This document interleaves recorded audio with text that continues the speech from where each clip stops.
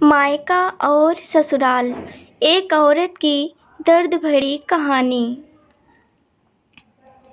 ससुराल में वह पहली सुबह मुझे आज भी याद है। कितनी घबरा कर मैं उठी थी, यह सोचती हुई कि कहीं देर ना हो जाए। सब ना जाने मेरे बारे में क्या सोचेंगे। केवल एक रात ही तो नए घर में कटी थी और इतना सब कुछ बदल गया, जैसे आसमान में उड़ती चिड़िया को किसी ने मोती के लालच देकर पिंजड़े में कैद कर लिया हो। शुरू के कुछ दिन तो यूं ही गुजर गए। एक दिन हम बाहर घूमने गए। जब हम वापस घर आए तो सासू माँ की आंखों में खुशी तो दिख रही थी, लेकिन केवल अपने बेटे के लिए ही।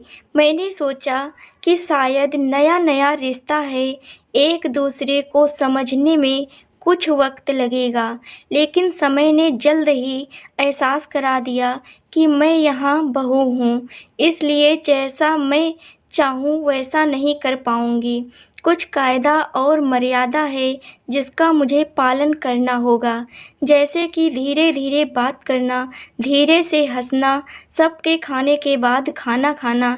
यह सब आदतें मुझे अपने आप आ गई। माँ से भी बात कम होने लगी, जिसकी वजह से मुझे पीहर की याद आने लगी। ससुराल में पूछने पर कहा गया कि अभी नहीं, कुछ दिन के बाद जाना। जिस पति ने शादी के समय कहा था कि आपकी बेटी पास में ही तो है, कभी भी आ जाया करेगी, उसके भी सुर बदल गए। अब मुझे धीरे धीरे यह समझ में आ गया था कि शादी कोई बच्चों का खेल नहीं है। इसमें केवल घर नहीं बदलता, पूरी ज़िंदगी बदल जाती है। अब मैं कभी भी उठकर अपने पीहर नहीं जा सकती, यहाँ तक कि पीहर वालों को भी मुझसे मिलने के लिए पूछ कर आना पड़ता है। पीहर में ज़ोर ज़ोर का हंसना, कभी भी कहीं भी चले जाना, रसोई में से कुछ भी उठाकर खा लेना, अपनी मर्जी का करना, यह सब यादें बनकर रह गईं। अब मुझे समझ में आने लगा था कि क्यों विदाई के वक्त सभी लोग मुझे गले लगाकर रो रहे थे। असल में मुझसे दूर होने का एहसास उन्हें हो रहा था, लेकिन एक बात और थी जो उन्हें अंदर ही अंदर परेशान कर रही थी कि अब जिस सच्चाई से मुझे इतनी दूर रखा गया है, वह सच्चाई मेरे सामने आने वाली थी।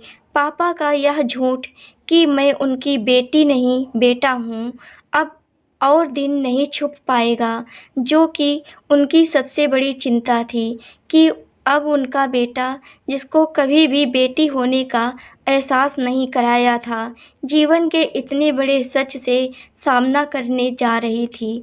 वहीं माँ को भी चिंता सता रही थी कि उनकी बेटी अभी तक कोई एक काम भी नहीं किया करती थी, अब वह पूरे परिवार की जिम्मेदारी कैसे उठाएगी।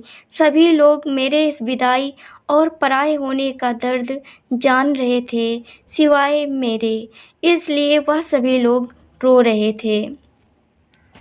आज मुझे समझ आ गया कि उनका रोना गलत नहीं था, यह हमारे समाज का नियम ही है। एक की बेटी एक बार डोली में विदा हो गई तो वह उस घर के लिए केवल मेहमान ही बनकर रह जाती है। फिर कोई चाहे कितना क्यों ना कह ले कि यह घर आज भी उसी का है, सच तो यह है कि अब वह कभी भी यूं ही अपने पीहर नहीं जा सकती, चाहे कितना भी समस्या और परेशानी क्यों ना आ जाए। मुझे ही हल करना है, हंसते हुए या गम छुपाते हुए।